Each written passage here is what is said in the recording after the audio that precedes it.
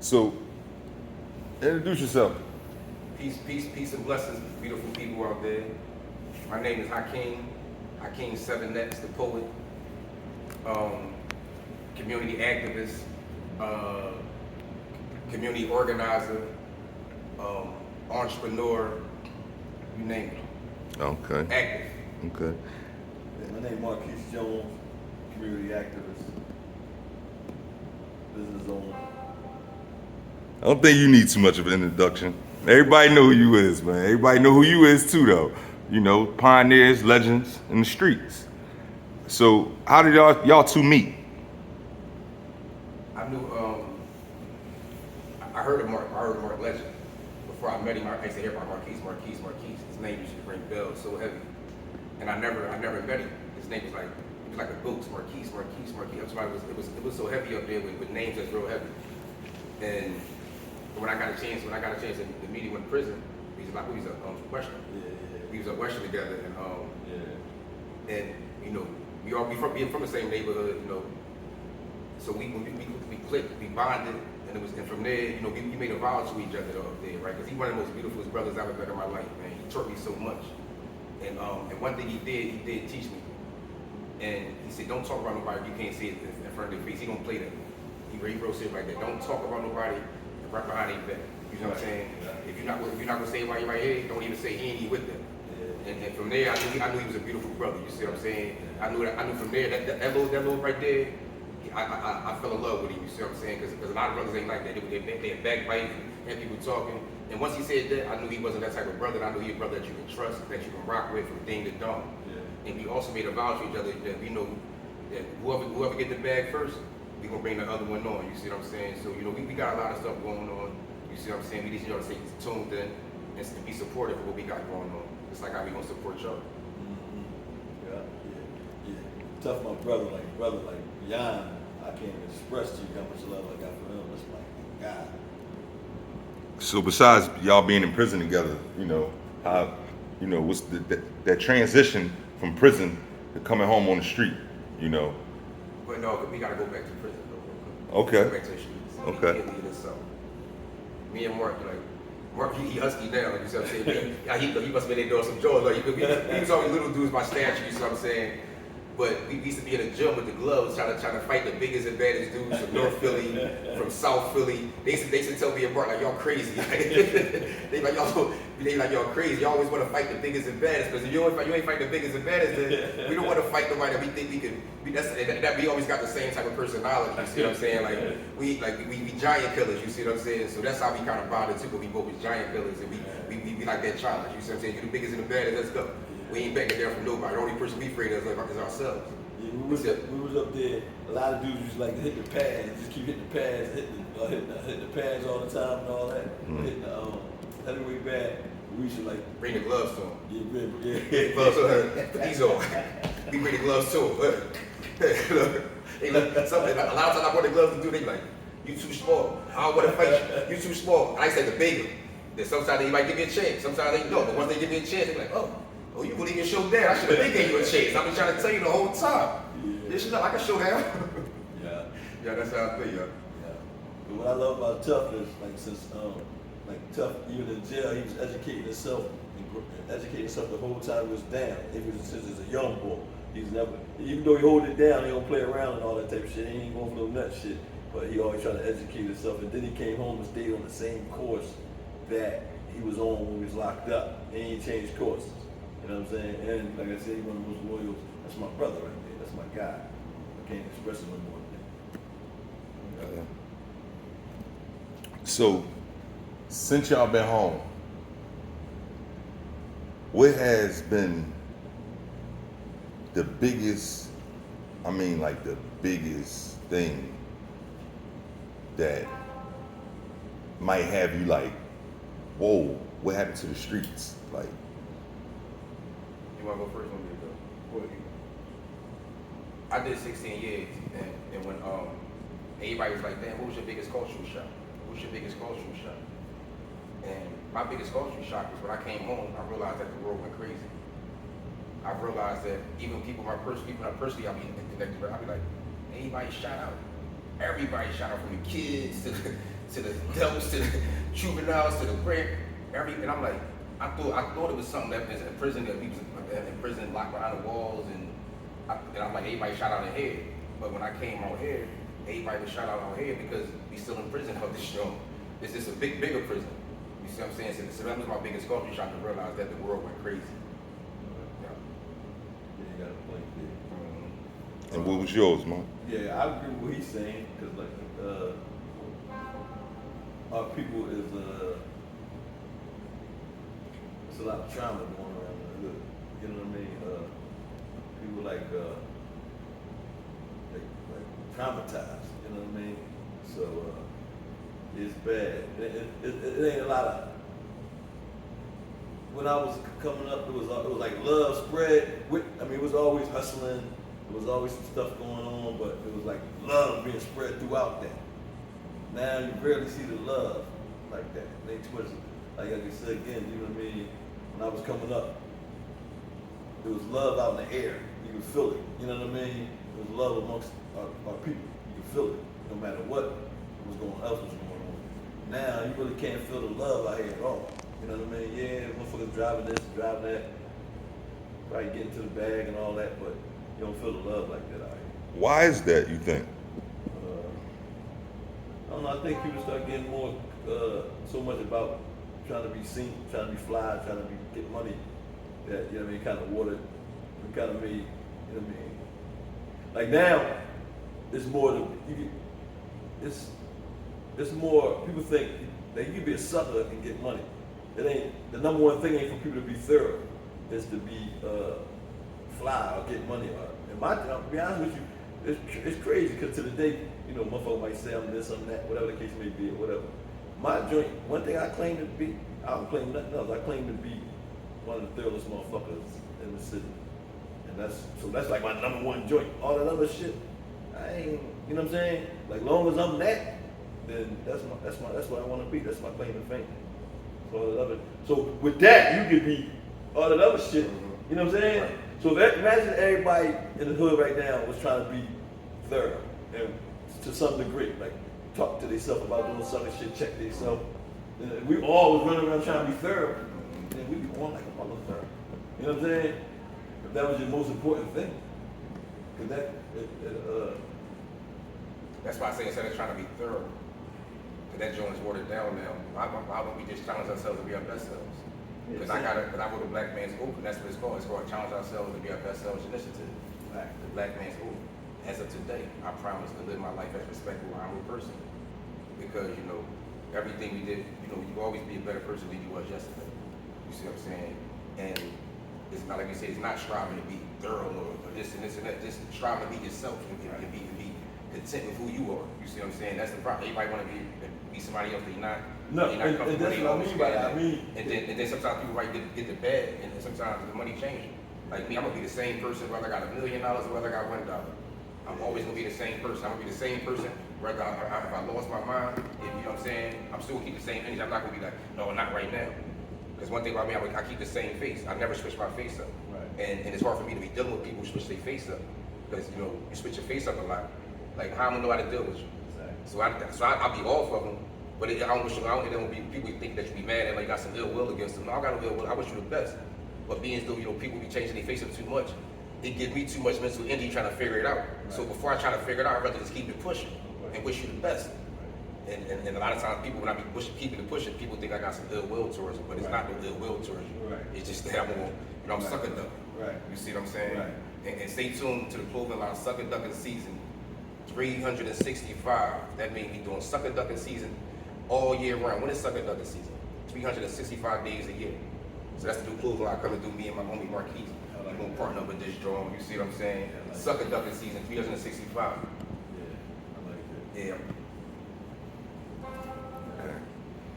So whatever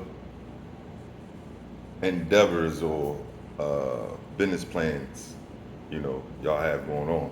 Like, I think that'd be a nice show to start off with. That's the second ducking season. I like that. You just came with that. I had it for a little bit. You had I had it. Somebody tried to steal it from me, but he ain't go all the way with it. He tried to take it from me, but I grind him up for it. Like, yo, you took my stuff, boom, boom. He like, I said, that didn't come to you no dream. I told you that when you was drunk, but you supposed to do it for me because he got the machine. He wake up and do it one day. Somebody that's him. I'm like, yo, keep doing my piece, man. He's like, man, it came to me. No, you was drunk, but I told you to make it for me, yo. Give me my piece then. That's me. You hear me? So, okay, what about, all right, y'all understand, I mean, we all three of us understand what's going on out here. The nature of Philly, the state is in, the rise in murders, the drill music, all that. What's some of y'all take on that? Like, how can some of these young bulls get out of that mind frame?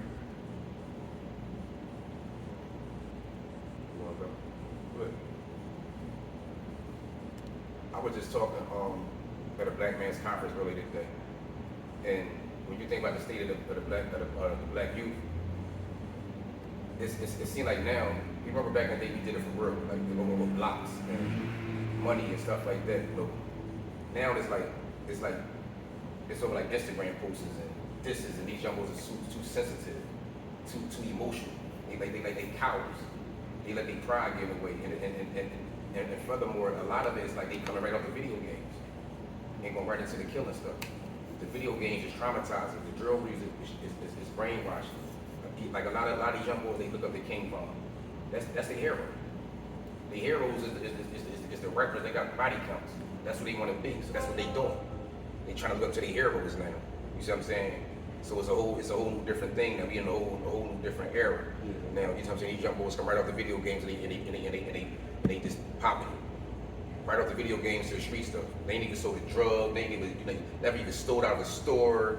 Never even did nothing. Never even hooked a lady bag of bags. Never even hustled the legal way or the illegal way. But how's they get these guns though? That's the whole thing I'm trying to figure out. Yeah, it's like I read this book. I think Michelle Alexander's The New Jim Crow. You read that? Yeah. Like that's like basically the strongest way I can explain to somebody what's really going on out here. It's like a trap. It ain't all just it's set up this way for motherfuckers to get caught up in a trap. And she can break it down. She broke it down more clearly than anybody else seen break it down.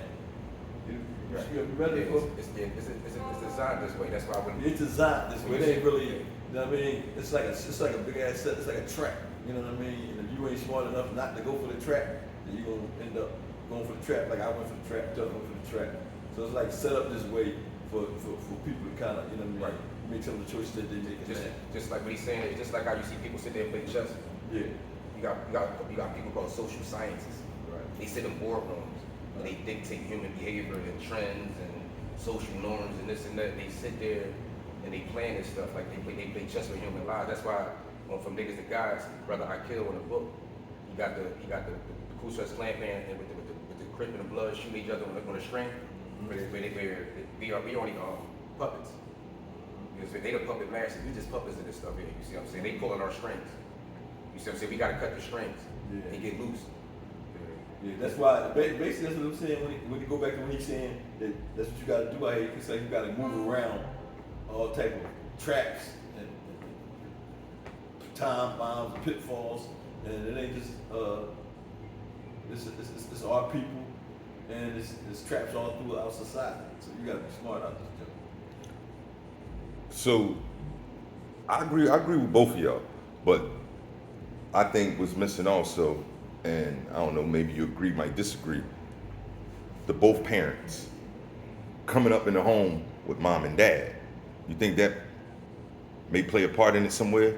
Because a lot of homes is broken, and they've been broken since the 80s. But from the 80s to now, the transition is way much different. So what's your take on that? Well, I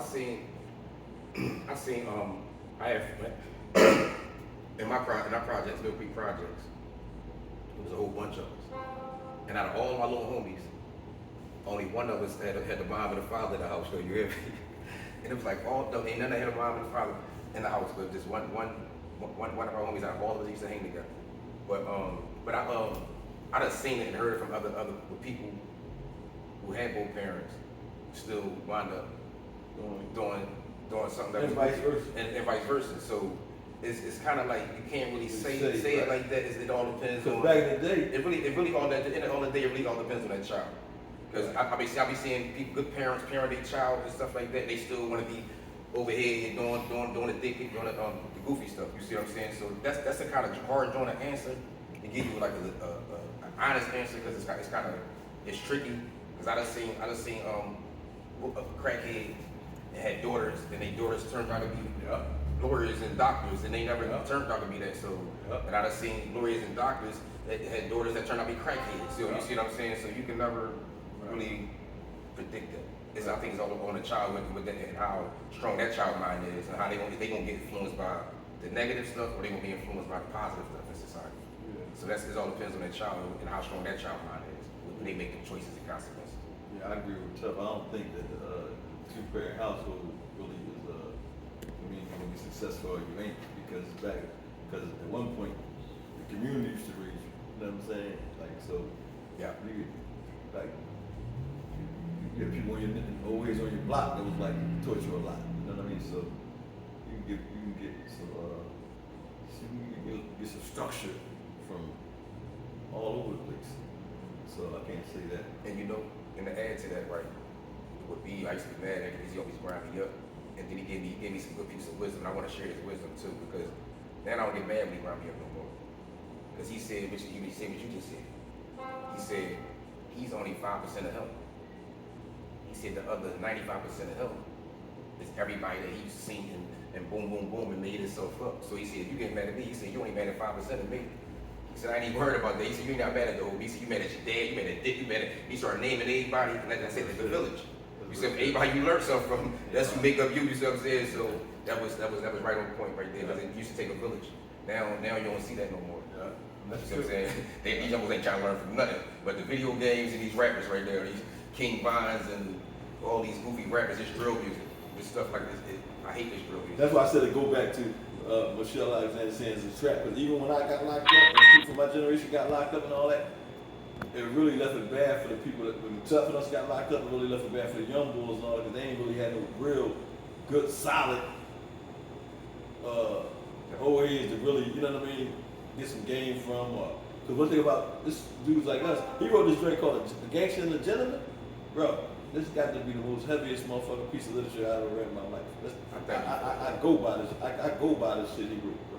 It's called The Gangster and the Gentleman. It's heavy. We gotta get that joint back. It's up there sometimes. Because he gave me a copy. I let old Richard Ballard see that joint, and he ain't never seen that joint. This is called The Gangster and the Gentleman. He wrote it when he was locked up. It's like, to be honest with you, I almost look at it like it's my oath to this. I read that joint over and over again. Tell me I'm always talking about it. I carried that joint for like 10, 15 years. Yeah. You ever get it published?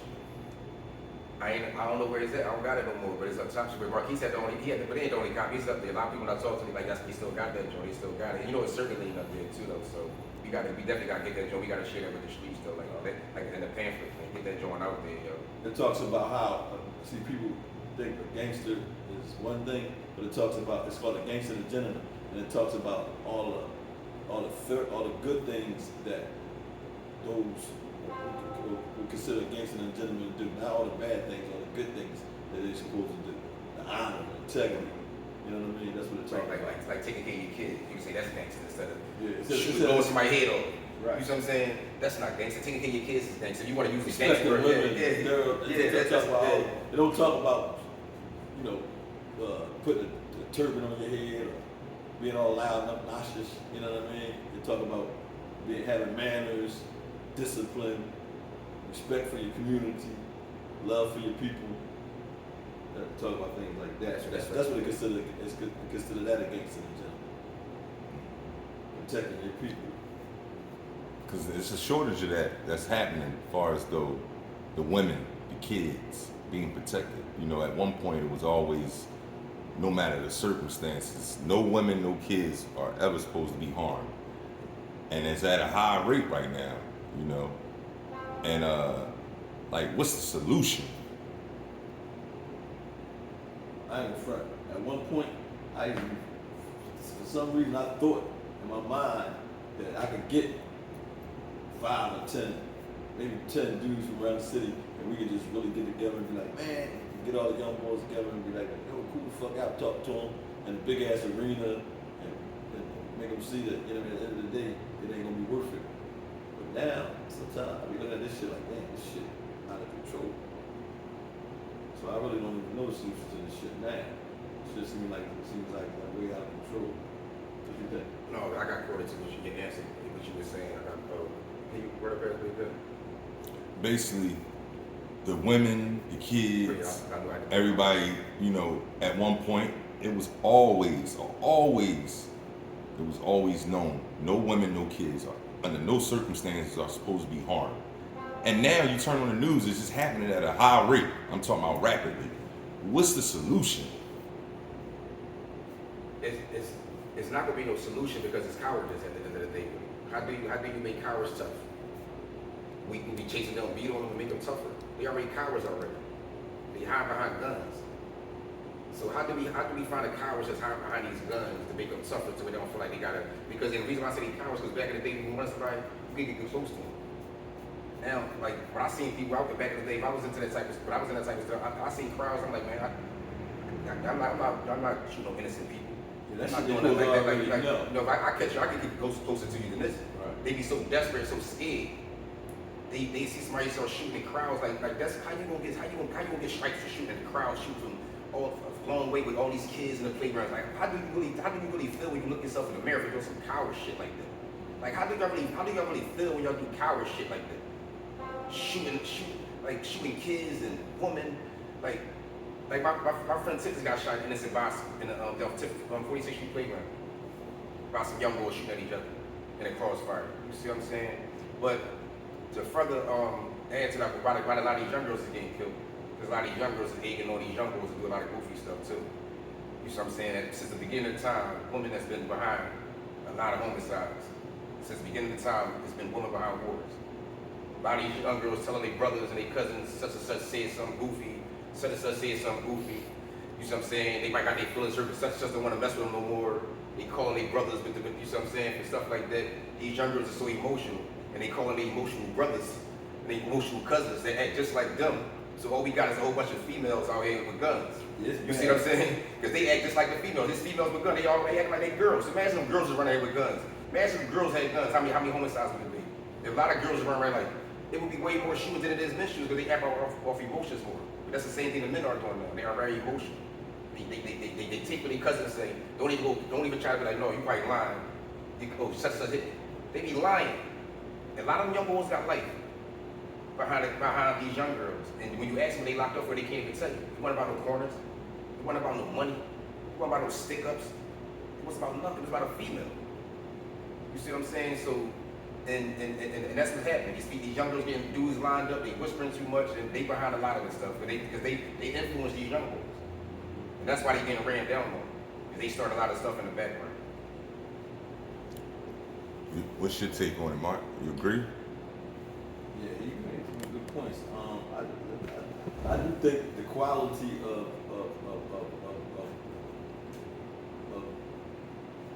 men has dropped a lot. I do think the quality of men has dropped a lot. And again, the hardest thing in the world to do is to get some suckers to understand where you're coming from.